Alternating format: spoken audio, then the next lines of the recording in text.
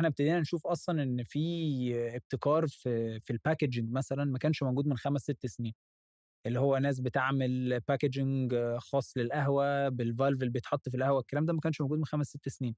إمم، إمم. وفي الفترة اللي جاية إحنا شايفين، يعني أنا رأيي إن في هيبقى innovation أكتر وحاجات حديثة أكتر وأفكار ممكن تبقى في التكنولوجي أو أيًا كان للقهوة، ليه لأ؟ الtrends أيوه، أيوه والحاجات طبعًا. اللي ماشية دي بتفتح مجالات جديدة لا، لأ، صح والله جدًا. آه، فعلًا باللي أنت بتقوله ده، أنا متخيّل أصلًا إن أنت بجد ممكن تبقى بعد كده أنت بتبيع للناس الe-commerce صح. وبتعمل حاجات virtual أنت تعرّفهم online إزاي إن إحنا نعمل مع بعض أحلى بتاع قهوة في صح، الدنيا. وده بيحصل على فكرة، يعني حتى في الشهادات وقت الكورونا كان ينفع تاخد الشهادات دي أونلاين، بتبعت لهم أو بتقول لهم إيه الmaterials اللي يجهّزوها، ونبدأ نعمل أونلاين seminar وكل واحد يجهّز عنده، ونبتدي نعمل تقارير والاختبارات كلّها أونلاين، فده بيحصل.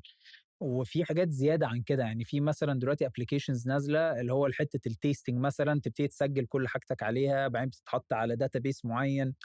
يعني قصدي هيبقى في لحد مش ضروري يخُش في القهوة نفسها، ممكن يخُش في حاجات يعني تsupport المجال، عشان المجال لسه بيكبر،